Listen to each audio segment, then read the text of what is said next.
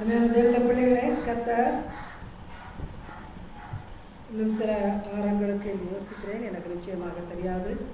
நாம் தியானிக்க முடியாத நமக்கு கொடுத்திருக்கிற தலைப்பு மனிதனின் மீட்புக்காக தங்களை அர்ப்பணித்தவர்கள். மனிதனின் மீட்புக்காக தங்களை அர்ப்பணித்தவர்கள். அதை ஆங்கிலத்தில் அதே மாதிரி சொல்ல முடியாவிட்டாலும் அது வித்தியாசமாக commitment for man's redemption. Commitment for man's redemption. சரி, வேதத்தில் பல பாத்திரங்கள் இருக்கிறார்கள். அவருடைய வாழ்க்கை வித்தியாசமாக இருந்தது. ஏன் அப்படி? நம்முடைய ஆண்டவருக்கு மீட்பர் என்ற ஒரு பெயர் உண்டு. அதை புரிந்திருப்பீர்களோ என்னவோ எனக்கு தெரியாது. அநேக கிறிஸ்தவர்கள் அதை புரியவில்லை.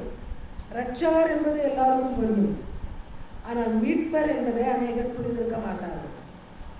Is not only a Xavier, is a redeemer. இந்த மீட்பர் என்பதை புரிந்திருந்தால் கிறிஸ்தவ சமுதாயம் பாவத்தில் வாழாது.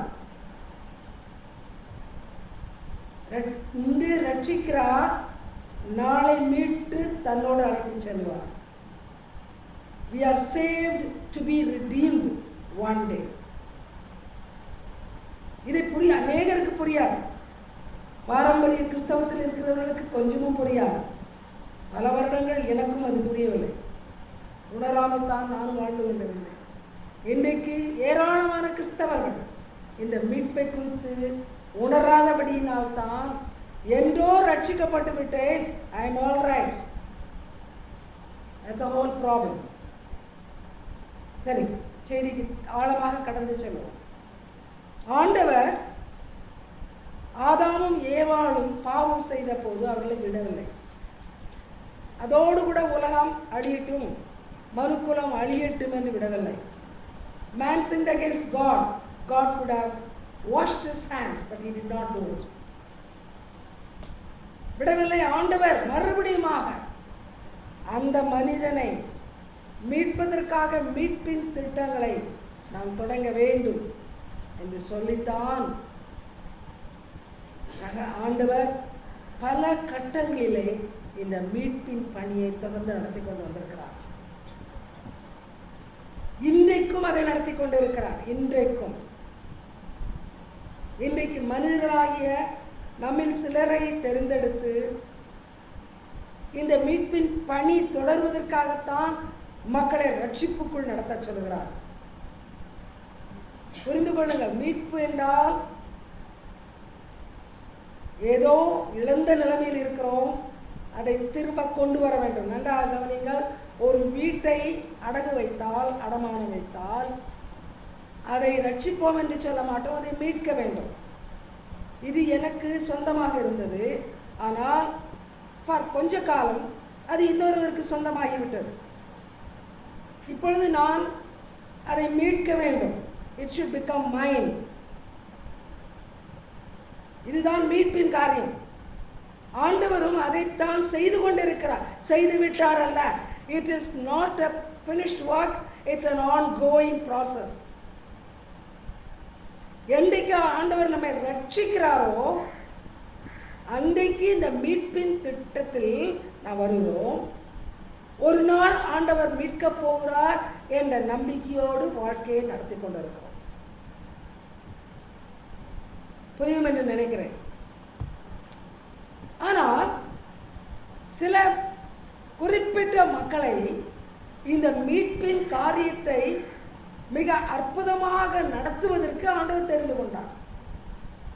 எப்படி புதிய ஏற்பாடு தொடங்கும் பொழுது இயேசு மீட்பராக வந்தாரோ, அந்த மீட்பின் பணியை தொடர்வதற்காக இயேசு வந்தாரோ, அதே போல் பழைய ஏற்பாட்டு காலத்திலே அநேக பரிசுத்தவான்களை ஆண்டவர் இந்த மீட்பின் பணிக்காக தெரிந்து கொண்டார்.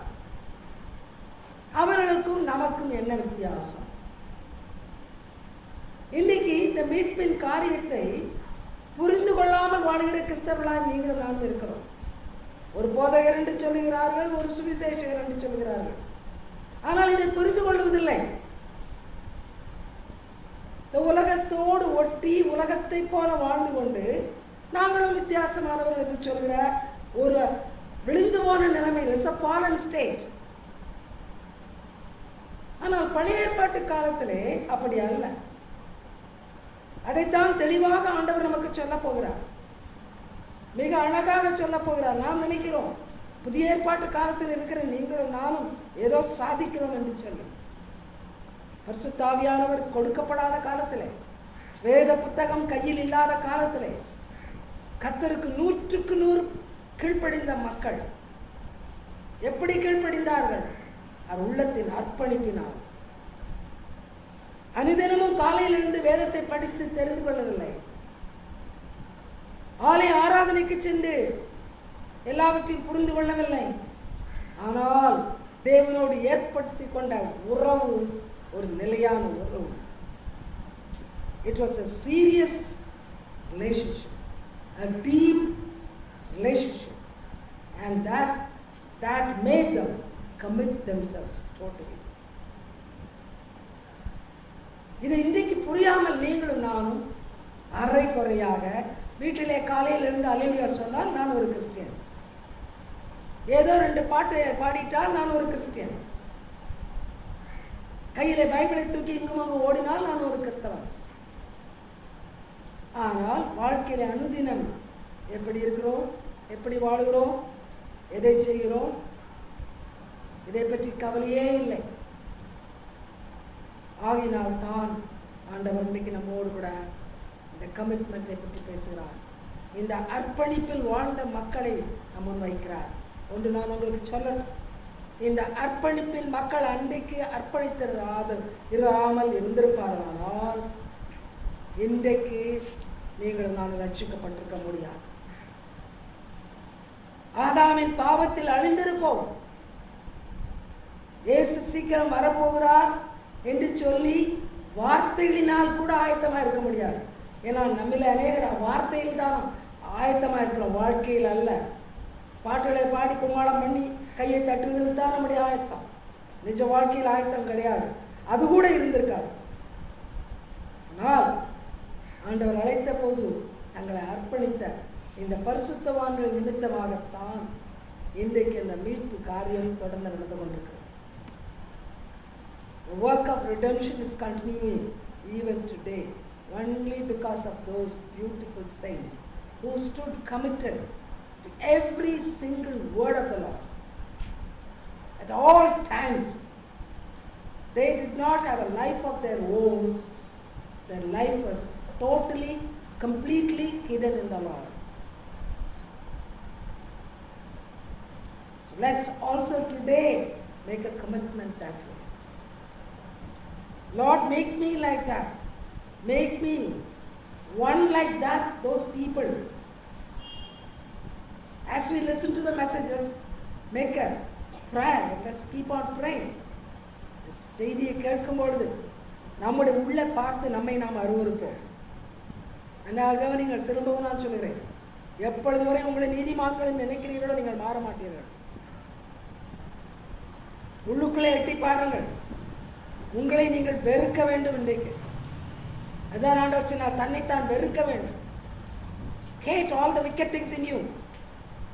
என்னென்ன பொல்லாப்பு உள்ளே இருக்கிறதோ அதையெல்லாம் வெறுங்கள். இன்றைக்கு வெறுத்து தள்ளுங்கள், அது உள்ளே இருக்கக்கூடாது. இனிமே இந்த நாளோடு அது போக வேண்டும். பிசாசு காதிலே ஊதி ஊதி என்னென்னையோ எதையோ வைத்து நிரப்பி இருக்கிறான். அனைத்தும் இன்றைக்கு வெளியே போகட்டும். கர்த்தர் அதைத்தான் கேட்கிறார். அதுதான் கமிட்மெண்ட். சிறு பிள்ளைகளுக்கு மாத்திரம் பாட்டு படித்துக் கொடுப்போம். பிசாசு இருதயத்தில் இருக்கிறான், அவன் வெளியே போனால் இயேசு உள்ளே வருவார். நம்மை பற்றி என்ன? பிசாசுக்கு நாம் வெல்கம் கொடுத்து உள்ளே வைத்திருக்கிறோம். சிறு குழந்தைகளுக்கு தெரியாதது, அவர்களுக்கு பாட்டு பாடி சொல்லிக் கொடுக்கிறோம். Come in to my heart என்று சொல்லி. But we have already kept the devil so comfortable. He is so comfortable in our heart. We never have the inclination even to drive him away. ஆகினால் தான் அதிகாலையிலே பிசாசு பேச தொடங்கி விடலாம். இந்த நாளிலே யாரிடத்தில் சண்டை போட வேண்டும், யாரை திட்ட வேண்டும், யாரிடத்தில் கோபப்பட வேண்டும், எப்படி பொறாமைப்பட வேண்டும், எப்படி மன்னியாமல் இருக்க வேண்டும், எப்படி பெருமைப்பட வேண்டும், எல்லாம் காலையிலேயே சொல்லிவிடுகிறான். நாம யுவர்ஸ் ஒபீடியன்ட் என்று சொல்லி அவன் சொன்ன பிரகாரம் செய்கிறோம். ஆண்டவர் பக்கத்தில் இருந்து கெஞ்சி கொண்டு இருக்கிறார். ஒரு நாள் உன்னை ரட்சித்தேன், உன்னை மீட்க விரும்புகிறேன். இந்த பாவமான உலகத்திலிருந்து உன்னை மீட்க விரும்புகிறேன். நான் மீட்டால் மாத்திரம்தான் நீ நரகத்துக்கு போகாமல் இருக்க முடியும். உன்னை மீட்க விரும்புகிறேன் என்று பக்கத்திலிருந்து சொல்கிறார். அது நமக்கு கேட்கவில்லை. ஏனென்றால் காதை பிசாசு அடைத்து வைத்திருக்கிறான், நெஞ்சை பிசாசு நிரப்பி வைத்திருக்கிறான். நம் பக்கத்தில் உள்ளவர்கள் பரிதாபமானவர்கள் அல்ல, நாமே பரிதாபத்துக்குரியவர்கள். Realize that today. Realize that today. Don't look at your neighbor. Don't look at anybody. மிகவும் பரிதாபத்துக்குரியவர்கள் நீங்களும் நானும் என்று சொல்லி நம்மையே நாம் பார்ப்போம். நாம் உட்கார்ந்து விரலை நீட்டி அடுத்தவர்களை குற்றப்படுத்திக் கொண்டு இருக்கிறோம். இன்றைக்கு அதை விடுவோம். கர்த்தர் பார்த்துக் கொள்வார் மற்றவர்களை. Let me look into myself. நான் எனக்குள் பார்க்கட்டும். மற்றவர்களை பார்த்துக் கொள்ள கர்த்தர் இருக்கிறார். நான் பார்க்க வேண்டாம். இன்றைக்கு தீர்மானத்தை எடுப்போம். கர்த்தர் தான் பேசிக் கொண்டிருக்கிறார். செய்திக்கு வராமல் ஏதோ சொல்லுகிறார்களே நினைக்காதீர்கள். ஆவியானவர் இந்த சபையை பார்த்து வேதனைப்படுகிறார். அந்த வேதனையினுடைய வெளிப்பாடுதான் அவர் பேசுகிற அந்த வார்த்தைகள். ஒவ்வொருவரையும் அவர் மீட்க விரும்புகிறார். ஒவ்வொருவரையும் மீட்டு பரலோக ராஜ்யம் கொண்டு போக விரும்புகிறார். ஆகினால் இந்த செய்தியை ஆழமாக கேட்போம், அக்கறையுடன் கேட்போம். இன்றே பொல்லாத பிசாசுக்கு நம்ம வாழ்க்கையை பறிகொடுத்ததை பற்றி வேதனைப்பட்டு அவன் கையிலிருந்து வெளியே வருவோம். Make a commitment, deep commitment. இந்த ஆண்டவர் நமக்கு இந்த காரியத்தை வெளிப்படுத்துவதற்கு தெரிந்து கொண்ட பாத்திரம் நோவா. நோவாவுடைய வாழ்க்கையின் மூலமாக இன்றைக்கு ஆண்டவர் நம்மோடு கூட இந்த கமிட்மெண்ட்டை பற்றி பேச போகிறார். ஏனென்றால் நாம் நோவாவுடைய வாழ்க்கையை ஆழமாக பாராதபடிக்கு வெறுமையாக அவனுடைய வாழ்க்கையில் அவனை ஒரு கப்பல் கட்ட சொன்னார். கப்பலை கட்டினான், மிருகத்தை உள்ளே கொண்டு அடைத்தான், தன் குடும்பத்தை அழைத்து சென்றான், மழை வந்தது. இந்த கதைகளை வைத்துக் கொண்டிருக்கிறோம். அதெல்லாம் முக்கியம். The person Noah, who was an instrument in the hands of the Lord for this redemption work to begin. கவனியுங்கள், ஆதாம் பாவம் செய்தான். ஆதாமுக்குள் தொடர்ந்து பாவம் நடந்து கொண்டே இருந்தது. மக்கள் பாவம் செய்து கொண்டே இருந்தார்கள். 6வது அதிகாரத்துக்கு ஆதியாகமத்தில் வரும்பொழுது ஆண்டவர் உலகத்தை சிருஷ்டித்ததற்காக கவலைப்பட்டா வருகிறது. அழகாக படைத்தேன், படைத்துவிட்டு பார்த்தேன், எல்லாம் நன்றாயிருக்கிறது. படைத்துவிட்டு ஆண்டவர் தாமே சொன்னார். அங்கே வேறு யாரும் இல்லை கேட்பதற்கு. How do you like my word? கேட்கவில்லை. அவரே பார்த்தார், அவரே ரசித்தார், அவரே சொன்னார், எல்லாம் நன்றாக இருக்கிறது. ஆனால் 5 அதிகாரங்கள் தான் முடிந்திருக்கிறது. ஆதியாகமத்தில் 6வது அதிகாரத்தில் மனிதனை படைத்ததற்காக வேதனைப்பட ஆரம்பித்தார். ஆனால் ஆண்டவருடைய உள்ளம் இரக்கத்தில் ஐஸ்வர்யம் உள்ள உள்ளம், மனதுருக்கத்தின் வடிவாக ஆண்டவர் இருக்கிறார். ஒரே நிமிஷத்தில் உலகத்தை அழித்து இன்னொரு உலகத்தை அவரால் உண்டாக்க முடியும். ஆனால் அப்படி அல்ல அவருடைய உள்ளம். நான் படைத்தது கெட்டு போகக்கூடாது, அதை நான் மீட்பேன். I will recreate it, I will reconstruct it. That's a heart the Lord has, full of love and compassion. His heart doesn't yield to destroy totally.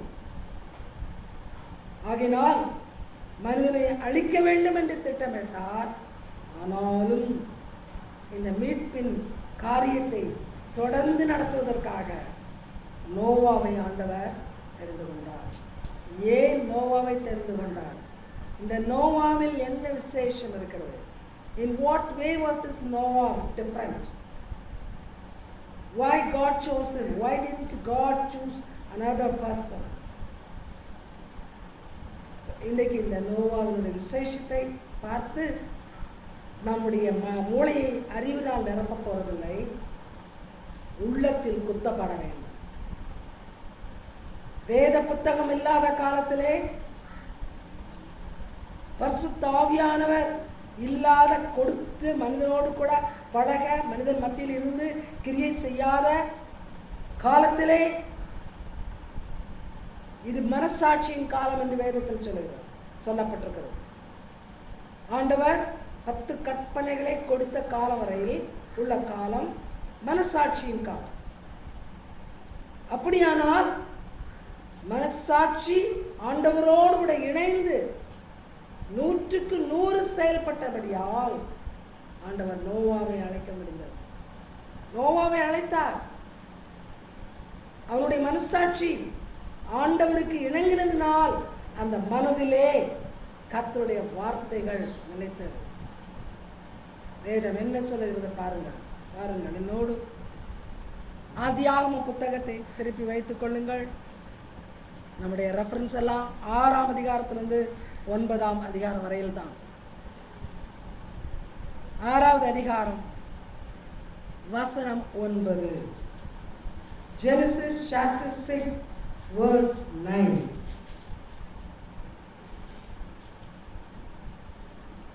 நோவாவின் வம்ச வரலாறு. நோவாவின் வம்ச வரலாறு. நோவா தன் காலத்தில் இருந்தவர்களுக்குள்ளே நீதிமானும் உத்தமனுமாய் இருந்தான். நோவா தேவனுடைய சஞ்சரித்துக் கொண்டிருந்தான். கவனிங்கள், 3 காரியங்களை ஆண்டவர் அழகாக சொல்கிறார். தன் காலத்தில் இருந்தவர்களுக்குள்ளே, அந்த கவனிங்கள், மீட்புக்கென்று அர்ப்பணித்தவர்கள் எப்படி இருப்பார்கள்? நோவா காலத்திலே மனிதனை படைத்ததற்காக ஆண்டவர் வேதனைப்பட்டார். ஒவ்வொரு மனிதனும் பாவம் செய்து கொண்டிருந்தார். பாவம் செய்வதே காலில் எழுந்து தூங்குகிற வரைக்கும் அவன் காரியமாக இருந்தது. முழுமையான பாவம், பாவம், எங்கே பார்த்தாலும் பாவம். குடும்பத்தில் பாவம், சமுதாயத்தில் பாவம், நகரத்தில் பாவம், எல்லோரும் பாவம் செய்து கொண்டிருந்தார்கள். ஆனால் மீட்புக்காக ஆண்டவர் தெரிந்து கொண்ட பாத்திரமாகிய நோவா அந்த காலத்தில் இருந்தவர்களுக்குள்ளே நீதிமானாக இருந்தான், உத்தமனாக இருந்தான். நோவா எல்லோரும் பாவம் செய்கிறார்கள், நானும் செய்வேன் என்று செய்யவில்லை. நன்றாக கவனியுங்கள். அநேக வாலிபர்கள் பாவத்தில் ஊறிக்கொண்டிருக்கிறவர்கள், கவனியுங்கள். இன்றைக்கு நம்முடைய சுபாவம் என்ன? உலகம் என்ன செய்தோ அதை நானும் செய்ய வேண்டும். உலகம் எப்படி வாழுகிறதோ அப்படி நான் வாழ வேண்டும். அல்லாவிட்டால் அவுட் ஆஃப் பிளேஸ் ஆகிவிடுவேன். உலகம் என்னை ஏற்றுக்கொள்ளாது. என் கிளாஸ்மேட்ஸ் என்னை ஏற்றுக்கொள்ள மாட்டார்கள். என்னோடு வேலை செய்கிறவர்கள் என்னை ஏற்றுக்கொள்ள மாட்டார்கள். இதைத்தான் நீங்களும் நானும் முக்கியப்படுத்தி நம்முடைய ஆடைகளை அணிகிறோம், அணிகலன்களை அணிகிறோம், நம்முடைய பழக்கங்களை மாற்றிக்கொள்கிறோம். We go for man's approval, so we change, we do everything according to the taste of the next man, whether it's dress or other cultural things, to suit the world, so that we can be approved by the world. We are doing things. But in Noah's time, he was different. எல்லா மனிதர்களும் பாவம் செய்தார்கள். எல்லாரும் பாவிகள். அவர்கள் ஒருவரை கூட அவன் பார்க்கவில்லை. அவன் ஆண்டவரை மாத்திரம் பார்த்தான். ஆகையினால் தான் நீதிமான். Everything about God is righteousness. நீதிமான் யார்? நீதி என்று சொல்லும் பொழுது கர்த்தர் நீதியின் உருவமாய் இருக்கிறார். God is embodiment of righteousness. அந்த கர்த்தருடைய நீதியை தன் வாழ்க்கையிலே கொண்டிருக்கிறவன் நீதிமான். அந்த நாட்களிலே நீதி நெறி தவறி எல்லோரும் வாழ்ந்தார்கள். சுருங்க சொன்னால் எல்லோரும் பொய் பேசினார்கள், அவன் பொய் பேசவில்லை. எல்லோரும் திருடினார்கள், அவன் திருடவில்லை. எல்லோரும் விபச்சாரம் செய்தார்கள், அவன் செய்யவில்லை. எல்லோரும் பேராசை பிடித்திருந்தார்கள், அவனுக்கு பேராசை இல்லை. எல்லாரும் பொறாமைப்பட்டார்கள், அவன் அப்படி இல்லை. அங்குள்ள மக்கள் எல்லாம் குடும்பத்திலே சண்டை போட்டார்கள், நோவா சண்டை போடவில்லை. புரிகிறதா? He was different in every aspect. Why? He wanted to please God. அதைத்தான் அடுத்த வசனம் சொல்லுது. நோவா தேவனோடு சஞ்சரித்துக் கொண்டிருந்தான். தேவனோடு சஞ்சரித்துக் கொண்டிருந்தான். தேவனோடு சஞ்சரிக்கிற ஒரு மனிதன் உலகத்தோடு நடக்க மாட்டான். I hope you get it. What kind of man does God want? God wants a man who doesn't walk with the world but walks with God. Where do you stand? கவனியுங்கள். ஆண்டவருக்கு யார் தேவை? மீட்பின் பணியை தொடர்ந்து நடத்துவதற்கு யார் தேவை?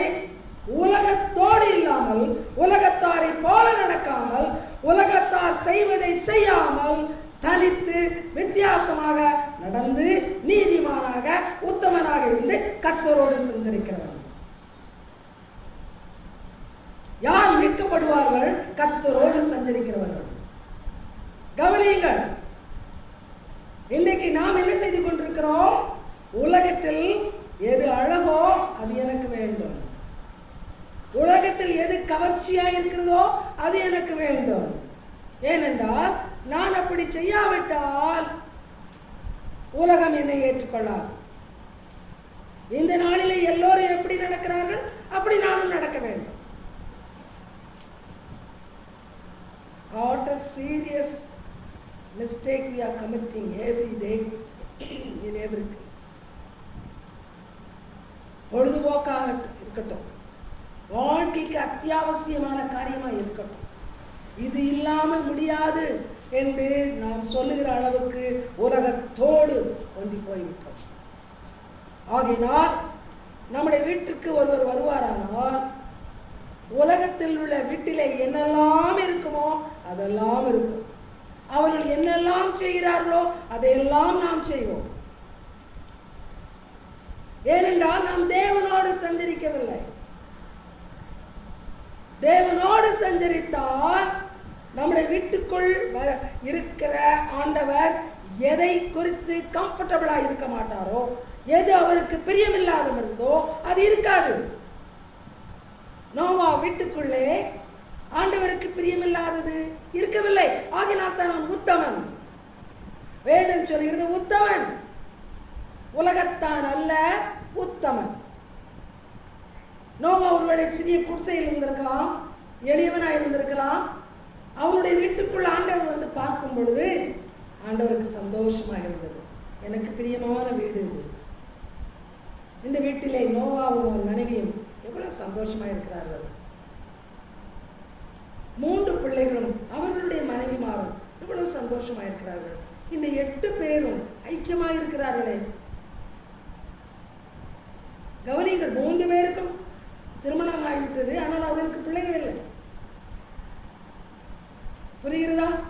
இன்றைக்கு பிள்ளை இல்லை என்றால் என்னென்னவோ செய்வார்கள். ஆண்டவருக்கு பிரியமில்லாத காரியத்தை எல்லாம் செய்து ஒரு பிள்ளையை கொண்டு வந்து விட வேண்டும் வீட்டுக்கு. அந்த அளவுக்கு மெடிக்கல் அட்வான்ஸ்மெண்ட் இருக்கிறது. அவர்கள் அப்படியெல்லாம் செய்யவில்லை. மூத்தவனுக்கு திருமணம் ஆயிடுச்சு, பிள்ளை இல்லை. 2ஆவனுக்கு திருமணம் ஆயிடுச்சு, பிள்ளை இல்லை. 3ஆவனுக்கும் திருமணம் ஆயிடுச்சு. அவர்கள் 6 பேர் தான் இருக்கிறார்கள். கப்பல் 3 கப்பல் 6 பேர். நோவா மனைவி, இன்னொரு கப்பல் 8 பேர். உலகத்தை பார்க்கவில்லை. ஒரு காரியத்திலும் உலகத்தை பார்க்கவில்லை. ஆண்டவரை மாத்திரம் பார்த்தார்கள். ஆண்டவர் கொடுத்த நிறைவினால் மகிழ்ச்சியோடு இருந்தார்கள். நோவாவின் மனைவி, என்னுடைய கணவன் என்ன தப்பு செய்வானோ என்று பார்க்கவில்லை. நோவா, ஓ என்னுடைய மனைவி என்ன தப்பு செய்வாளோ பார்க்கவில்லை, கர்த்தரை பார்த்தார்கள், கர்த்தரோடு சஞ்சரித்துக் கொண்டிருந்தார்கள். அவருடைய வாழ்க்கை பூமிக்கு அப்பாற்பட்ட வாழ்க்கை, உலகத்துக்கு அப்பாற்பட்ட வாழ்க்கை. ஆயினால் புதிய ஏற்பாட்டில் இயேசு சொன்னபடி மலையின் மேல் இருக்கிற பட்டணம் மறைந்திருக்க மாட்டாது. நீங்கள் பூமிக்கு உப்பாய் இருக்கிறீர்கள், உலகத்துக்கு வெளிச்சமாய் இருக்கிறீர்கள். அவர்கள் அப்படி இருந்தார்கள். எங்க பிள்ளைகளே, அப்படிப்பட்ட தனித்தன்மை கொண்ட கிறிஸ்தவர்கள் என்று சொல்ல மாட்டேன். அவர்கள் கிறிஸ்துவை அறியவில்லை. தேவனுடைய பிள்ளைகள்.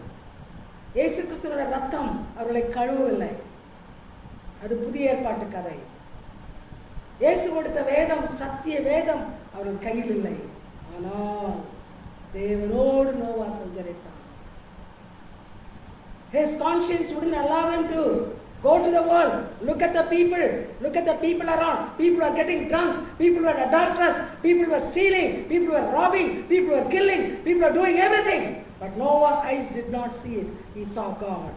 I belong to God. I belong to God. He only could see God. He only could hear God. And that's why his conscience was clear. Absolutely clear. Because he was living in a time of conscience. என்னுடைய பிள்ளைகள், இதுதான் அர்ப்பணிக்கப்பட்ட வாழ்க்கை. I hope you understand. நம்முடைய குடும்பத்தை எடுத்து பார்ப்போம், தனிப்பட்ட வாழ்க்கையை எடுத்து பார்ப்போம். இந்த நோவாவின் குடும்பத்தின் காரியங்கள் நம் வீட்டில் இருக்கிறதா? தனிப்பட்ட வாழ்க்கையில் இருக்கிறதா? நீ யாரோடு சஞ்சரித்துக் கொண்டிருக்கிறாய்? நீ யாரோடு சஞ்சரித்துக் கொண்டிருக்கிறாய்? நீதிமான் என்று யாரும் உன்னை சொல்ல முடியுமா? உன்னிடத்தில் நோவாவுடைய உத்தமம் உண்டா? அப்படி இல்லாவிட்டால் உன்னுடைய வாழ்க்கை அர்ப்பணிக்கப்பட்ட வாழ்க்கை கிடையாது.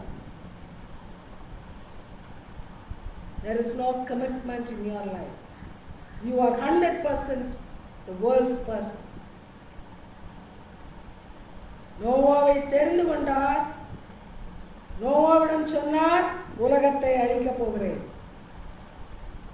இன்றைக்கும் அதே காரியம் ஆண்டவர் சொல்லுவார்.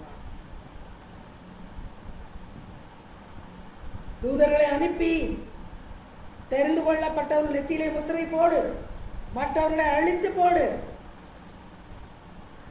நம்முடைய வீட்டுக்கு தேவதூதர்கள் வந்து அதை செய்ய வரும்பொழுது என்ன பார்ப்பார்கள்? சண்டையை கேட்பார்கள், குழப்பத்தை பார்ப்பார்கள், பொறாமை, பெருமை, அளவுக்கு மீறின பெருமை. லூசிஃபருடைய குணம் நமக்குள் இருப்பதனால்தான் அளவுக்கு மீறிய பெருமை. நம்மை பற்றி எண்ண வேண்டியதுக்கு மிஞ்சி எண்ணம். இதெல்லாம் வேத வார்த்தைகள். நான் வேதத்துக்கு அடுத்ததை சொல்லவில்லை. எண்ண வேண்டியதுக்கு மிஞ்சி எண்ணாதே இருக்கிறதா பைபிள்ல? நான் பிப்ளிக்காகத்தான் பேசிக் கொண்டிருக்கிறேன். ஏன் நம்முடைய தலையில் உட்கார்ந்திருப்பவன் லூசிஃபர், அவனுடைய குணம். எப்படி தூதர்கள் அடையாளம் போடுவார்கள் நெற்றியிலே? போட முடியாது. நாம் தேவனோடு சஞ்சரிக்கவில்லை. தேவனுடைய பிள்ளையை ஆண்டவர் உன்னை பார்த்து தான் பேசுகிறார். Where do you stand? You are living like a person of hell, but you proclaim everywhere, and also you claim that you are a Christian. What Christian are you? Just because one day you went and said, "Oh, I am saved, I want to be baptized." Lord says, the Lord will look at you and say, "You wretched person, get out." You may say you are a saint, but the Lord will say, "You wretched person." Understood? Let's not be hypocrites. Let's be serious about God. You are serious about your work spot. You are serious about other things, but you are not at all serious about God. Do you think God is your servant? உலகத்தில் உள்ள காரியங்களில் 8 மணிக்கு வேலை போட்டு கையெழுத்து போடக்கூடாது, போடாட்டா pass வெளியே நிறுத்துவாராம். ஓடுவீங்க 8 மணிக்கு. ஆண்டவர் எத்தனையோ காரியங்களை சொல்றார். எதை பற்றி கவலை இல்லை. ஆண்டவர் தானே. ஆமா, அந்த ஆண்டவர் தான் நரகத்திலே தூக்கி போடுவார். மீண்டு வர முடியாது. பணக்காரன் கூப்பிட்டான், விரல நினைக்கட்டும், எந்த எந்த லாசுருவை கேவலமா நினைச்சனும், எந்த லாசுருவை இழிவா நடத்தணும், அவன் பரலோகத்தில் இருக்கிறான். ஐயோ நான் அழிகிறேனே, அந்த கதி தான் உனக்கு. I want you today. You may be a Christian, I don't care. You might have done this and that, I don't care. But God will say that about you. What Christian are you? Examine yourself. Examine yourself. ஆண்டவர் பேசுகிறார். அர்ப்பணிப்பின் வாழ்க்கை உண்டா? அர்ப்பணிக்கப்பட்ட மக்களுடைய உத்தமம் உண்டா? அர்ப்பணிக்கப்பட்ட மக்களினுடைய நீதி உண்டா? தேவனோடு சஞ்சரிக்கிற தன்மை உண்டா? யாரோடு சஞ்சரித்துக் கொண்டிருக்கிறார்? எப்படி வாழ்ந்து கொண்டிருக்கிறார்? கர்த்தர் கேட்கிறார். கர்த்தர் ஏன் நோவாவை தெரிந்து கொண்டார்? தேவனோடு சஞ்சரித்தார். ஏனோக்கு என்பவன் தேவனோடு சஞ்சரித்தான், அவனை எடுத்துக்கொண்டார். எப்படியாயும் மனிதன் திருந்தி விடுவானா என்று ஆண்டவர் பார்த்தார். திருந்தவில்லை. ஆகையினால் தான் நோவாவை தெரிந்து கொண்டார். தெரிந்து கொண்டு ஆண்டவர் அவனுக்கு கொடுத்த கட்டளை பெரிய, அதெல்லாம் நான் வாசித்தால் நேரமாகிவிடும், அதை நான் கோபலா சொல்லிவிடுகிறேன். கற்பனை கூட செய்து பார்க்க முடியாத காரியத்தை சொன்னார். ஆண்டவர் சொன்னார், நீ உன்னுடைய மனைவி உன்னுடைய பிள்ளைகள் மருமக்கமா, உங்கள் 8 பேரை கொண்டு நான் மீட்பின் பணியை தொடங்க போகிறேன். எனக்கு மனிதன் வேண்டும். I want man. I cannot destroy all man, but you are different.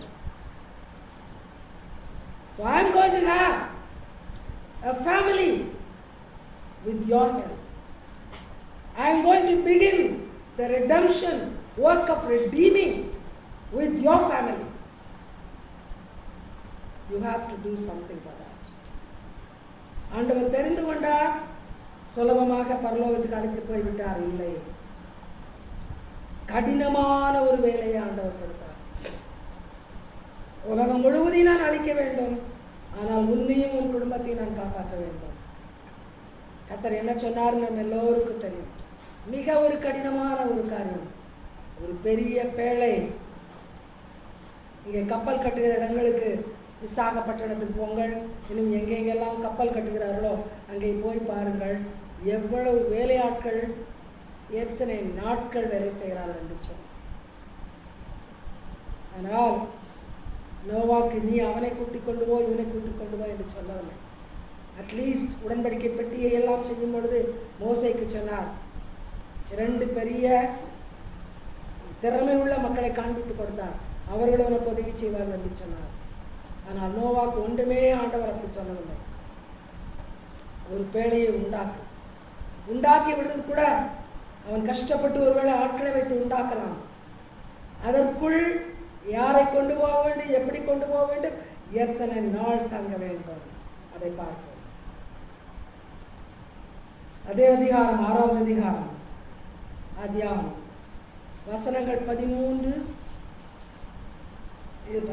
இருந்து 16 வரை 22ஆம் வசனம். Genesis 6:13 to 16 and 22. அப்பொழுது தேவன் நோவாவை நோக்கி, மாம்சமான யாவரின் முடிவும் எனக்கு முன்பாக வந்தது. அவர்களாலே பூமி கொடுமையினால் நிறைந்தது. நான் அவர்களை பூமியோடு கூட அழைத்துக் கொள்வேன். நீ கொப்பே மரத்தால் உனக்கு ஒரு பேழையை உண்டாக்கு. அந்த பேழையிலே அறைகளை உண்டு பண்ணி அதை உள்ளும் புறம்புமாக கீழ்பூசு. நீ அதை பண்ண வேண்டிய விதம் என்னவென்றால், பேழையின் நீளம் 300 முழமும் அதன் அகலம் 50 முழமும் அதன் உயரம் 30 முழமுமாய் இருக்க வேண்டும். நீ பேழைக்கு ஒரு ஜன்னலை உண்டு பண்ணி மேல்தட்டுக்கு 1 முழ தாழ்த்தியிலே அதை செய்து முடித்து, பேழையின் கதவை அதன் பக்கத்தில் வைத்து கீழ் அறைகளையும் 2ஆம் தட்டின் அறைகளையும் 3ஆம் தட்டின் அறைகளையும் பண்ண வேண்டும். நோவா அப்படியே செய்தான். தேவன் தனக்கு கட்டளையிட்டபடியெல்லாம் அவனுக்கு செய்து முடித்தான். கவனியங்கள் 22ஆம் வசனம் தான் கிளைமாக்ஸ். நோவா எப்படியே ஆண்டவர் என்னென்னவெல்லாம் சொன்னாரோ அப்படியே செய்து அரைகுறையாக விடவில்லை, தொடங்கினான் என்று சொல்லவில்லை, நோவா முடித்தான். கர்த்தர் எப்படி சொன்னாரோ அப்படியே செய்தான், செய்து முடித்தான். நீங்கள் தேவனுடைய பிள்ளைகளே, நோவாவிடம் ஆண்டவர் பேசுகிறார். அந்த நாட்களில் உள்ள ஜனத்தொகை எனக்கு தெரியாது, ஒருவேளை பைபிள் ஆராய்ச்சி செய்தவர்கள் இதெல்லாம் சொல்லலாம். ஆனால் அத்தனை மக்களையும் விட்டு விட்டார். இந்த நோவாவிடத்தில் வந்து பேசினார். என்ன பேசினார்? ஜனங்கள் எல்லாம் இப்படியெல்லாம் பண்ணுகிறார்கள், நான் கொஞ்சம் ஜனங்களை மீட்க வேண்டும், இன்ன விதமாக இன்ன அளவோடு அந்த பேழையை நீ செய்ய வேண்டும். நோவா செய்தது ஒன்று, உடனே கீழ்ப்படிந்தான். ஆண்டவரிடத்திலே, ஆண்டவரே, where do I go for material? Where do I go for laborers? ஏதாவது கேட்டானா? ஆண்டவரே, பொருட்களை நான் எங்கே போய் கொண்டு வரணும்? அப்படியே மரத்தை தேடி போனால் அதை வெட்டுவதற்கு ஆட்கள் வேண்டும். அதுவும் அவ்வளவு பெரிய ஒரு பேழையை செய்வதற்கு எவ்வளவு மரம் பிடிக்கும்? அதையெல்லாம் நான் எங்கே தேடி எப்படி கொண்டு வருவது? அதை கொண்டு வந்து தனிப்பட்ட மனிதனாக நான் எப்படி இந்த காரியத்தை செய்வது? இதை செய்வதற்கு ஆட்கள் உதவியை கேட்டால் உதவி செய்வார்களா? ஒன்றுமே கேட்கவில்லை. God said, he obeyed. God just told him, only you. Lord, is it me? No question. Noah, it's you. Yes, Lord. கீழ்ப்படிந்தான், உடனே கீழ்ப்படிந்தான். அப்போ இந்த வேலையில எவ்வளவு கடின உழைப்பு இருந்திருக்கும் என்று யோசித்து பாருங்க. ஒரு சிறு மேஜை நாற்காலி செய்ய வேண்டுமானால் இந்த நாட்களிலே அதற்கு எத்தனை பிளான் பண்ணி, எத்தனை மெஷர்மெண்ட் எடுத்து, என்னென்னவோ பண்ணி கொண்டு இருக்கிறோம். அது கொஞ்ச நேரம் உட்கார்ந்து அப்புறம் போய்விடுவதற்கு. இது அப்படி அல்ல. பூமியிலே 140 நாள் தொடர்ந்து மழை பெய்தது. 150 நாட்கள் பூமியில தண்ணீர் இருந்தது. அதற்கப்புறம் கொஞ்சம் கொஞ்சமாக வற்றிட்டு, அப்படியானால் எவ்வளவு நாட்கள் இந்த மனிதர்களும் ஏராளமான மிருகங்களும் பட்சிகளும் உள்ளே வாழ வேண்டும். கடலில் வாழுகிற இனங்கள், அந்த அந்த ஜீவராசிகளை மாத்திரம் ஆண்டவர் உள்ளே கூப்பிட சொல்லவில்லை. மீன்களும் அல்லது ஒருவேளை பெரிய பெரிய என்ன சொல்கிறோம், பெரிய பெரிய சுறா மீன், பாம்பு மீன் அதெல்லாம் இல்லை. பட் மேபி பாம்பு was there, I don't know. ஆண்டு ஆகாயத்து பறவைகளும் பூமியின் மிருகங்கள் எல்லாவற்றையும் 7 ஜோடு, நல்லவற்றில் 1 ஜோடு, மோசமானவற்றில் 7 ஜோடு, அவ்வளவு நீ உள்ள கொண்டு அடைக்கணும். அவ்வளவுக்கும் உள்ள இடம் வேணும், எல்லாம் உள்ள வாழணும். யோசித்து பாருங்க, 7 ஜோடி யானைக்கு மட்டும் எவ்வளோ இடம் பிடிக்கும்? 7 ஜோடி ஒட்டகச்சிவிங்கிக்கு எவ்வளோ இடம் வந்துடும்? அப்படியானால் அந்த பேழை எவ்வளோ பெரிதாக, எவ்வளோ ஜாக்கிரதையாக செய்யப்பட வேண்டியது. எல்லாரும் உள்ளே யாருன்னா உடைஞ்சு போயிடுச்சுன்னா யோசித்து பாருங்கள். இது சாதாரண வேலையா? இன்றைக்கு ஒரு சிறு காரியத்தை ஆண்டவர் நமக்கு சொன்னால் 1000 கேள்வி கேட்கிறோம். Why not me? ஆனால் no me. Yes Lord. இந்த கடினமான வேலையை எப்படி செய்தான் என்பதை வேதம் சொல்லவில்லை. யாரை கொண்டு மரங்களை வெட்டி கொண்டு வந்தான் சொல்லவில்லை. சாலமோன் கட்டின ஆலயத்துக்கு வேறு இடங்களிலிருந்து மரம் கடலிலே மிதக்கப்பட்டு வந்தது. அதெல்லாம் நாம் பார்த்துருக்குறோம். அவனுக்கு எவ்வளோ ஜனங்கள், எத்தனையோ வருஷங்கள் ஒரு ஆலயத்தை கட்ட வேலை செய்தார்கள். அப்படியானால் இந்த நோவாக்கு எத்தனை வருஷம் பிடிச்சிருக்குமோ, எவ்வளோ உழைப்பு வேண்டியிருக்குமோ நமக்கு தெரியாது. பள்ளிக்கூடத்துக்கு போகலை, ஸ்கேல் பிடிச்சு அளக்க கற்றுக்கொள்ள. ஆனால் God wanted that man. Why? He was a noble man in the sight of God. He was a righteous man in the sight of God. கடினமான உழைப்பு, பொறுமை. இந்த வேலைக்கெல்லாம் அவசரப்பட்டால் முடியாது. ஒவ்வொரு மெட்டீரியலும் ரெடியாகி வர வரைக்கும் பொறுமையாக இருக்கணும். எல்லாம் வந்தப்புறம் எல்லாத்தையும் இணைத்து சேர்த்து அதை கொண்டு வர வேண்டுமானால் மிக மிக பொறுமை தேவை. இன்னைக்கு கிறிஸ்தவ பெண்களுக்கு ஒரு வீட்டில் ஒரு சமையல் செய்து ஹஸ்பண்டுக்கு கொடுக்க பொறுமை இல்லை. ஒரு ருசியாக ஒரு ஆகாரம் செய்து கொடுக்க பொறுமை கிடையாது. ஃபாஸ்ட் ஃபுட் இருக்கு. We'll go to the fast food and have slow death. Fast food will bring what death? Slow death. Correct? அப்படி நீங்க அதை சாப்பிட்டு செத்தா கூட கவலை இல்லை, நான் சமைச்சு தர மாட்டேன், அப்படித்தான் இன்னைக்கு ஹவுஸ் ஒய்ஃப் இருக்கிறாங்க. நான் சும்மா சொல்ல, நான் உண்மையை தான் சொல்லிட்டு இருக்கிறேன். இன்னைக்கு இருக்கிற பெண்களுடைய சோம்பல் எனக்கு தெரியும். இவங்கெல்லாம் ஆர்க் பண்ண முடியுமா? ஆண்டவருடைய அர்ப்பணிப்பின் வேலையை செய்ய முடியுமா? முடியாது. நம்ம வேலையை பார்த்து கொண்டு இருப்போம், ஆண்டவரை பார்க்க மாட்டோம். நோவா ஆண்டவரை பார்த்தான், வேலையை பார்க்கவில்லை. ஒரு அம்மா எனக்கு சொல்றாங்க அடிக்கடி வந்து, ஐயோ எவ்வளோ வேலை எங்கள் வீட்டில், எவ்வளோ வேலை. இந்த மாதிரி ஆட்களெல்லாம் பார்த்து ஆண்டவர் பரிதாபப்படுவார். ஆண்டவர் பரிதாபப்படுவார். நீயும் நான் படைச்சேன், உன்னை படைச்சதுக்கு ரெக்ரெட் பண்றேன்னு சொல்லுவார். கவனிங்க, accountability. Noah had the accountability, but you and I do not have it. That's why we are looking at everything, passing comments, measuring it this way, that way, and judging God. ஒரு நாள் கணக்கு கொடுக்க வேண்டும். ஆண்டவர் கொடுத்திருக்கிற ஒவ்வொரு காரியத்துக்கும் கணக்கு கொடுக்க வேண்டும். அதை அறிந்ததினால் தான் நோவா திரும்பி பேசல. ஆண்டவரே, கட்டளை கொடுத்தவர் நீர், கணக்கு கொடுக்க வேண்டியவன் நான் செய்கிறேன். கடின உழைப்புக்கு நான் கவலைப்படவில்லை, பொறுமையோடு நான் செய்வேன். அது மாத்திரமல்ல, இவ்வளவு ஜீவராசிகளுக்கு, என்னுடைய குடும்பத்திற்கும் இத்தனை நாட்களுக்கு நான் கொண்டு வருகிற ஃபுட் இருக்குமா? நான் எப்படி சமாளிப்பது? ஒரு மனிதனுக்கு அந்த கேள்வி கட்டாயம் வரும். ரெஃப்ரிஜிரேட்டரில் வச்சுட்டு 5ஆம் நாள் எடுத்தால் அது ஸ்டைல் ஃபுட்டாக போயிடுது. இப்போ நம்மளால் அதை சாப்பிட முடியறதில்லை. இவ்வளோ பேருக்கு, மிருகத்துக்கும், ஒரு மிருகத்துக்கு கறி வேணும், இன்னொரு மிருகத்துக்கு இலை வேணும். இவ்வளோ பேருக்கு இத்தனை நாளைக்கும் God alone knows. He obeyed. விசுவாசம் வைத்தான், ஆண்டவர் பார்த்துக் கொள்வார், ஆண்டவர் இதையெல்லாம் செய்து கொள்வார். சரி, இப்போ பூமி எல்லாத்தையும் அழிச்சிட போறாரு, வெளியே வந்தால் ஒன்றும் இருக்காது. How to survive? God said He is going to destroy everything. Every shop will be destroyed, every tree will be, every paddy field, everything will be destroyed. What to eat? What do we have to eat? Then what's the point in living there and coming out?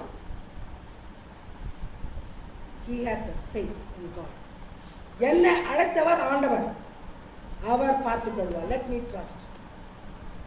He knew obedience, he knew trust. I know that trust and obey are important. கீழ்ப்படிந்தான், ஆண்டவரை விசுவாசித்தான், பொறுமையாக தொடர்ந்து வேலை செய்தான்.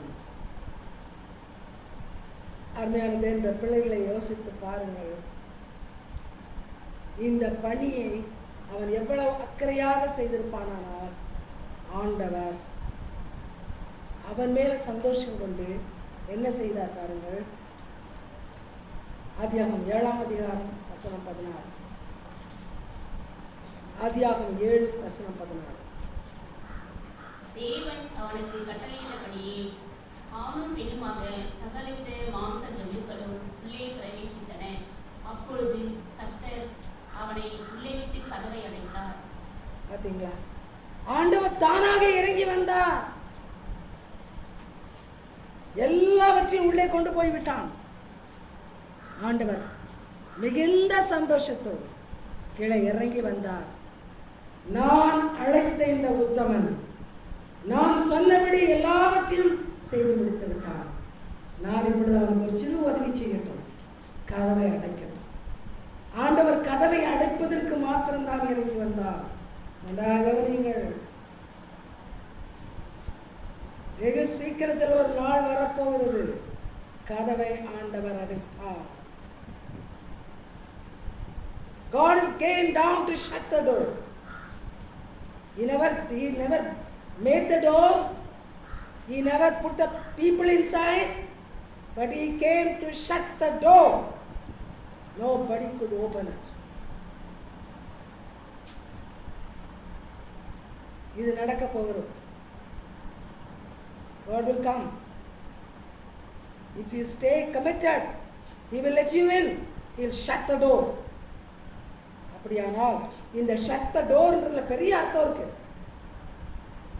பார்த்து கொண்டே இருந்தவர்கள், நோவா கூட வேலை செய்து கொண்டிருந்தவர்கள், நோவாக்கு மரத்தை இழுத்து கொண்டு தந்தவர்கள், மரத்தை அறுத்து கொண்டு தந்தவர்கள், மிருகங்களை பிடித்து கொண்டு வந்தவர்கள் எல்லோரும் வெளியே இருந்தார்கள். யாரும் ஒண்ணு சொல்ல முடியாது. என்ன விடு. Nobody could fight with Noah because God himself came and shut the door.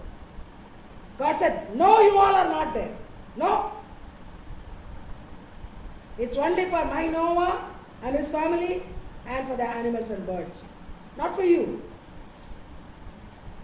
இவ்வளவு அருமையாக ஆண்டவர் இறங்கி வந்தார்.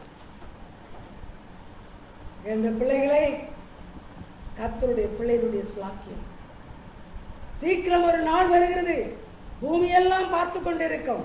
ஒரு கமிட்டட் மேனாக இருந்தால் நீங்களும் நானும் யாரையெல்லாம் ஆண்டவர் சொன்னபடி அழைத்து கொண்டு உள்ளே போகிறோமோ அப்பொழுது கர்த்தர் கதவை அடைப்பார். No man has any say there. No angels. He had multitudes of angels. He could have sent Michael, Gabriel, go shut the door. No, they were all there. Michael was there very much. Gabriel was there. Only Lucifer had fallen. God himself did it. என்னுடைய பிள்ளைகளே, வெளியே நிற்போமா உள்ளே வருவோமா? You're going to stand outside or you'll be the person inside? Today the big question stands before you. ஏன்னா நம்முடைய சுபாவத்தை மாற்ற மாட்டேங்கிறோம். இன்றைக்கும் உணங்கா கழுத்து உள்ளவர்கள், பெருமை உள்ளவர்கள், தற்பெருமை, I know everything.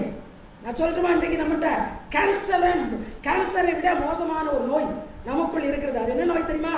எனக்கு எல்லாம் தெரியும்.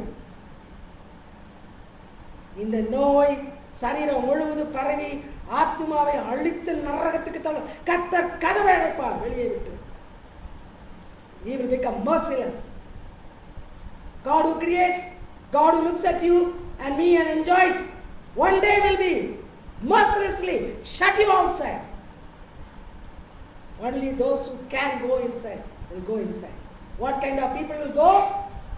A man who was righteous, a man who walked with God, a man who obeyed God, a man who worked God, a man who trusted God, a man who never questioned. He will go inside. என்னோட பிள்ளைகளே, where do we stand? எங்கே நிற்கிறோம்னா யோசித்து பாருங்கள். உள்ளே விட்டு கதவை அடைப்பாரா அல்ல வெளியே விட்டு கதவை அடைப்பாரா? கேளுங்க, உங்களையே கேளுங்க, உங்க உள்ளத்தை எட்டி பாருங்க. ஆண்டவர் உள்ளே விட்டு கதவடைக்கிற குணம் இருக்கா? ஆண்டவர் வெளியே பிடிச்சி தள்ளி கதவடைக்கிற குணம் இருக்குதா? One of these two.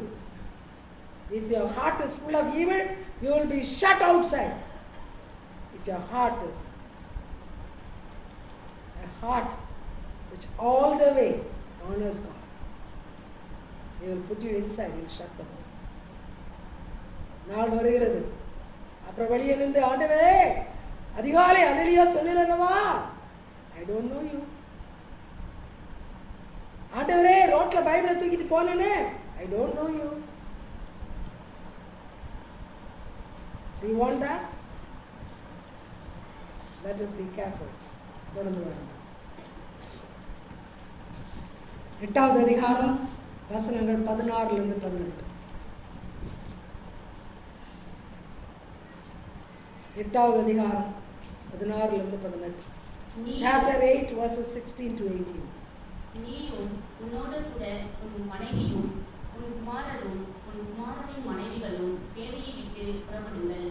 உன்னிடத்தில் இருக்கிற சகலவித மாംസ ஜந்துக்களாகிய பறவைகளையும் விருதுகளையும் பூமியின் மேல் ஊறுகிற சகல பிராணிகளையும் உன்னோட வெளியே பரவிடு. அவைகள் பூமியிலே திரளாய் வர்த்தித்து பூமியின் மேல் பலுகி பெருக கடக்கும் என்றார். அப்பொழுது நோவாவும் அவன் குமாரனும் அவன் மனைவியும் அவன் குமாரனின் மனைவிகளும் புறப்பட்டு வந்தார்கள். கவனியுங்கள், உள்ளே இருந்த காலத்துல நோ மல்டிப்ளிகேஷன், நோ டெத்.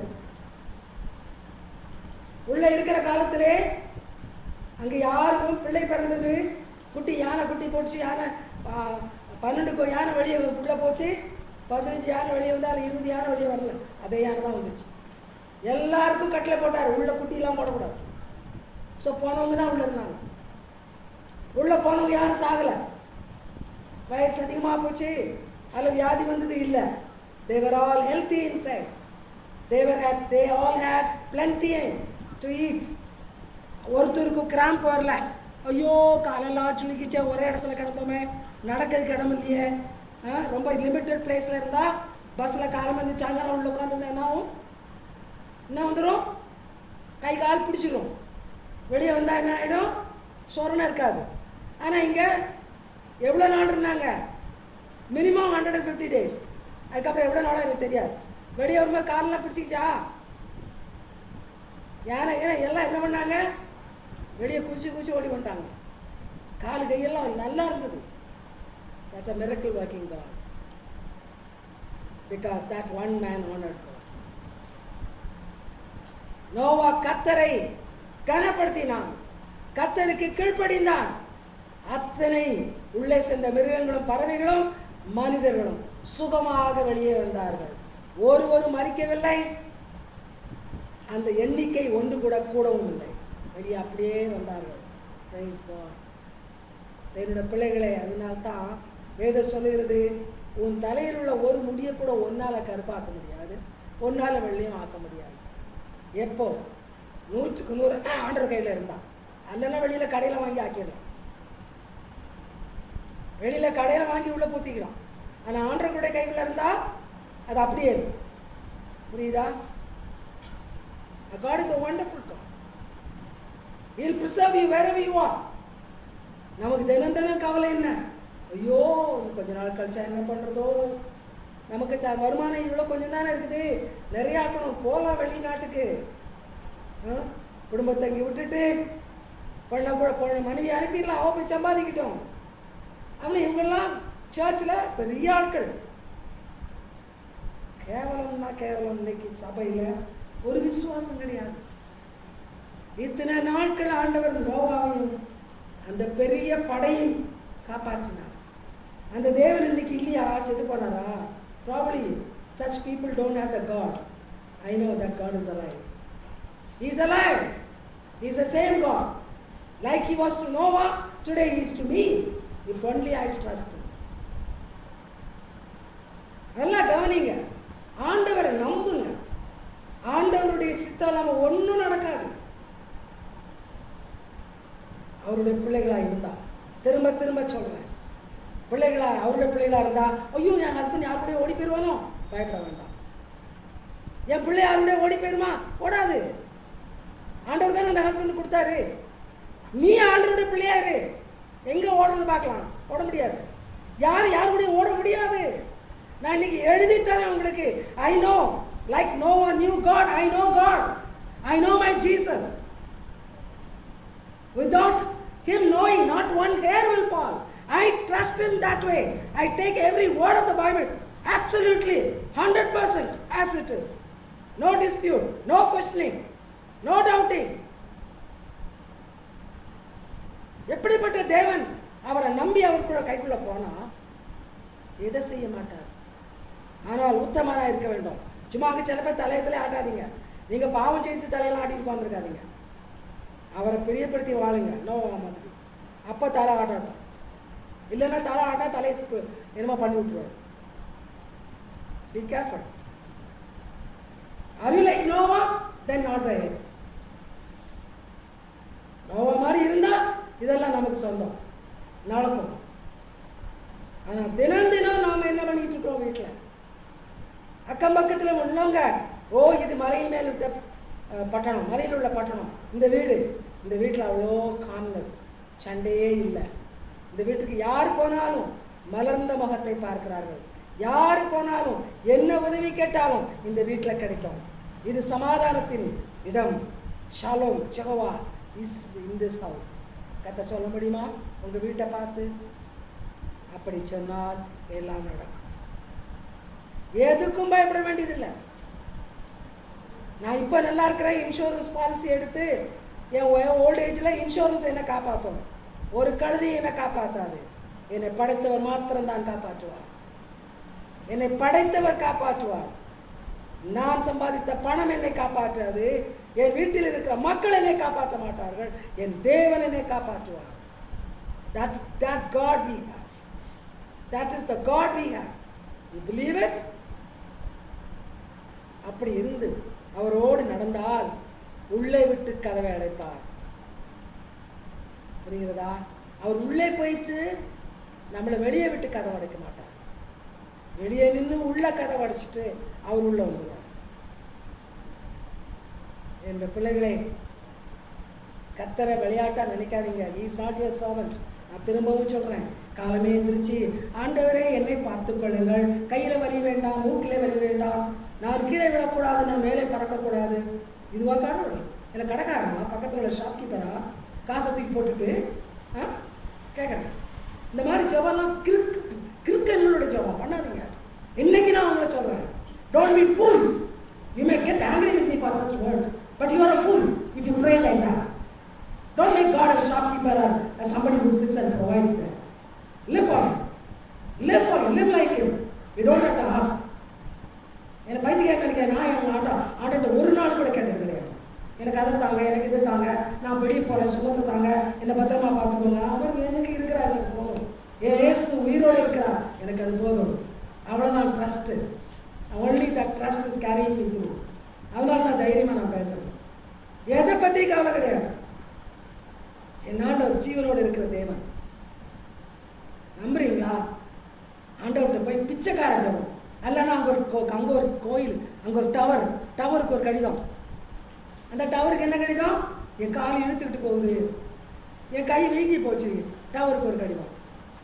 ஐயோ பரிதாப கிறிஸ்தவர்களே, உங்களை கொண்டு ஆண்டவர் எந்த அர்ப்பணிப்பை நடத்த முடியும், எந்த ரிடம்ஷனை நடத்த முடியும்? நடத்தவே முடியாது. மீட்பின் பணியை உங்களை வச்சு செய்யவே முடியாது. You will be shut outside. I tell you today, you will be shut outside. Don't go in for that. இன்னைக்கு ஒப்பு கொடுங்க. அந்த ஆண்டவருக்காக வாழுங்க. கண்ணு பார்க்குறதெல்லாம் நம்பிடாதீங்க. அதனால தான் இங்கிலீஷில் சொல்லி வச்சிருக்கான், all that glitters is not gold. பகட்டா தோன்றுகிற வாழ்க்கை, பகட்டா தோன்றுகிற மனிதர்கள், இவங்க பின்னால் வாழ பிடிச்சி போனீங்கன்னா நாளைக்கு அவங்க இருக்கிற இடத்துக்கு நீங்கள் போவீங்க. Choose Jesus and live for him. I hope what I say is going inside your head. சரி, Genesis 8:20, ஆதியாகமம் 8:20. அப்பொழுது நோவா கர்த்தருக்கு ஒரு பலிபீடம் கட்டி சுத்தமான சகல மிருகங்களிலும் சுத்தமான சகல பறவைகளிலும் சிலவற்றை தெரிந்து கொண்டு அவைகளை பலிபீடத்தின் மேல் தகன பலிகளாக பலியிட்டான். முதல் செய்த காரியம் கர்த்தருக்கு பலியிட்டான். வெளியே வந்த போது என்னுடைய பிள்ளைகளுக்கு வீடு பார்க்கணும், எனக்கு ஒரு வீடு கட்டணும், இதான் நீங்களும் நானும் செய்திருப்போம். ஆனால் நோவா மனதில் முதலாவது என்னை காத்த என் தேவனை ஆனர் பண்ணணும். I must honor my God.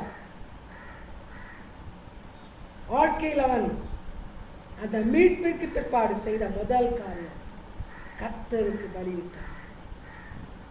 His heart was so much for the Lord, only for the Lord. நீங்களும் நானும் அப்படி ஒரு இடத்துல இருந்து வெளியே வந்திருந்தா, ஐயோ இனிமே ஒரு பெரிய வேலை இருக்கே, ஒரு வீடை பார்த்து உள்ள போய் மசாலா புளியெல்லாம் வாங்கி குழம்பு வச்சு சாப்பாடு கொடுத்து இதனால ஆண்டவர் என்னமோ பார்த்துக்கிட்டாரு, இனிமேல் நாம தானே பார்த்துக்கணும் அப்படி நாம் நினச்சிட்டு வந்திருக்கோம். ஆனால் எந்த தேவன் என்னை அழைத்தாலும் எந்த தேவனினை காத்தாரோ முதலாவது அவருக்கு நான் ஒரு பலிபீடம் கட்டணும். அவருக்கு நான் ஒரு பலிபீடம் கட்டணும். ஞான தேவனுடைய பிள்ளைகளை, you give first place to him in all your activities, in all occasions. Give first place to him and him alone. கடைசியா Genesis 9:11-13 ஆதியாகமம் 9ஆவது அதிகாரம் வசனங்கள் 11 13 வரை. இனி மாம்சமானவைகள் எல்லாம் ஜல பிரளயத்தினால் சங்கரிக்கப்படுவதில்லை என்றும் பூமியை அழிக்க இனி ஜலப்பிரளயம் உண்டாவதில்லை என்றும் உங்களுடைய என் உடன்படிக்கையை ஏற்படுத்துவேன் என்றார். அன்றியும் தேவன் எனக்கு உங்களுக்கும் உங்களிடத்தில் இருக்கும் சகல ஜீவ ஜந்துக்களுக்கும் நித்திய தலைமுறைகளுக்கென்றும் நான் செய்கிற உடன்படிக்கையின் அடையாளமாக நான் என் வில்லை மேகத்தில் வைத்தேன். அது எனக்கும் பூமிக்கும் உண்டான உடன்படிக்கைக்கு அடையாளமாய் இருக்கும். கவனிங்க, ஆண்டவர் ஒரு உடன்படிக்கை ஏற்படுத்தினார். யார் நிமித்தமாக? இந்த ஒரே மனித நிமித்தமாக. இனிமேல் நான் இந்த பூமியை இப்பொழுது அழித்த மாதிரி தண்ணீரால் ஆண்டவர் அழிப்பதில்லை. ஆகினால் தான் வானவில்லை ஆகாயத்தில் ஆண்டவர் வைத்திருக்கிறார். நோவானுடைய ஒரு உண்மையான அர்ப்பணிப்பினால இன்று வரைக்கும் உலகத்தில் இருக்கிற எல்லா மக்களுக்கும் அந்த உடன்படிக்கை 100% உண்மையாக இருக்கிறது. இன்றைக்கு கூட மழை வந்த உடனே ஐயோ உலகம் அழிஞ்சிருமோ நாம பயப்பட வேண்டாம். வேறு விதமான காரியங்கள் நடக்கும், நான் அது இல்லை என்று சொல்ல. ஆனால் பூமியில எவ்வளவு மழை பெய்ஞ்சாலும் உடன்படிக்கையின் தேவன் தான் கொடுத்த உடன்படிக்கையை மாற்ற மாட்டார். He remains true to his covenant. His covenant, he has made a covenant with man. I will not destroy the world with water. No more floods to wash everything and bring an end to everything. No more water. But something else is there. கவனிங்க அருமையான தேவனுடைய பிள்ளைகளே, ஒரே ஒரு மனிதன் ஆண்டவருக்கு முழுமையாக தன்னை ஒப்பு கொடுத்து ஆண்டவரோடு சஞ்சரித்ததுனால், தேவனோடு சஞ்சரித்ததுனால் ஒரு கூட்டம் மக்கள் பூமியிலே பலுகி பெருகி விருத்தியாகி தொடர்ந்து வாழுவதற்கு காரணமாக இருந்தார். He was the only instrument, the man, only one man. Because of him, God allowed man to multiply. Once more, there were families, there were cities, there were houses built, all because of one man.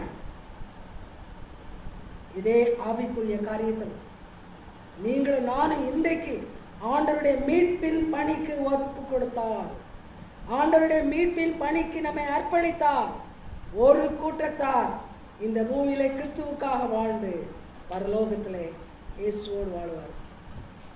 இந்த மீட்பின் பணியை தொடர்ந்து ஆண்டவர் விசுவாசிகளை கொண்டு நடத்தி கொண்டிருக்கிறார். Are you one instrument standing yielded to God for this redemption to continue? ஒவ்வொரு தனி மனிதனும் பூரணமாக நோவாவை போல அர்ப்பணித்தால் ஆண்டவர் எதிர்பார்க்கிறபடி இந்த மீட்பின் காரியம் தொடர்ந்து நடக்கும்.